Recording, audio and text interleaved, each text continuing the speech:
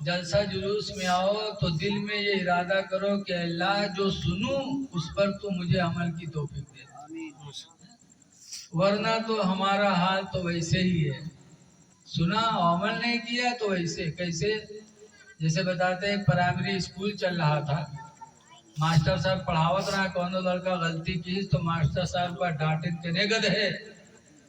اتفاق سے اسکول کے پیچھے دھوبی جاتا رہا ہے، دھوبیوا سنس تو چوکا کہے سائیں کا اسکول میں گدھا پڑھت ہے، ماسٹر صاحب کا تو گد ہے، وہ دھوبیوا لوٹ گیا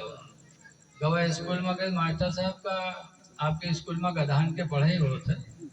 تو غصہ میں بیٹھے نہ کہیں نہ ہوت، تو کہیں تو ہمرے گدھا پڑھائے تھے، تو غصہ رہی بے کرے کہیں جالے آپ، تو گوا دھوبیوا بن گدھا پکڑ لاوا، لے کے آؤ کہ ڈاکٹر ماسٹر صاحب کے نام لکھ لیو، تو ماسٹر صاحب قلم ولم چلیں کہیں لکھ لیا، تو کہیں داخلہ فیس تو کہیں 300 روپیہ، تو 300 روپیہ دے دیے، تو کہ پوچھا تھا کتے دن میں پڑھائے تھے ماسٹر صاحب، کہیں 6 مہینے پڑھائے تھے، دھوبیوا چلا کا گھرے خوش کہ ہمارا گدھا پڑھا تھا 6 مہینے پڑھ جی،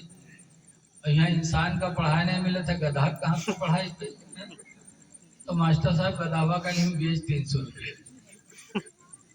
جب 6 مہینہ پوری آنے تو دھوبیوا رسی وسی لے کے آوا کہیں جے گدھاوا پڑے گا وہی باندھ لے، تو رسی لے کے آوا اسکول میں کہ ماسٹر صاحب گدھاوا ہمارا پڑے گا، کہیں جا اس کا پڑھائی لکھائی فلانے تھانہ کوتوال بنوا دیا جا، تو دھوبیوا بہت خوش کہ ہمارا گدھا لکھ پڑھ کے کوتوال بھی گوا، تو رسی وسی لے کے کوتوالی میں گوا، اب کوتوالی میں گوا تو لوگوں سے پوچھے جو کوتوال صاحب کہاں ہیں، تو سامنے بیٹھے رہے تو پتہ نہیں لوگ ادھر بیٹھے، تو جب دیکھیس کوتوال صاحب کا تو دھوبیوا پر رسی دکھائیس کیسے جیسے پہلے چچکار کا دھاوا بلاوت رہا ویسے وہ دن بلاوے لگ، تو کوتوال صاحب دیکھیں تو بہت تعجب کہیں نہ ایسا ہم سے نمسکار کر دی، ہم کا رسی دکھاوت ہے، پوچھیں کہا بات رے، کہیں ہاں اٹھے کوتوال صاحب اٹھے 2-3 لات ماری دھوبیوا کی، جب مارن گرا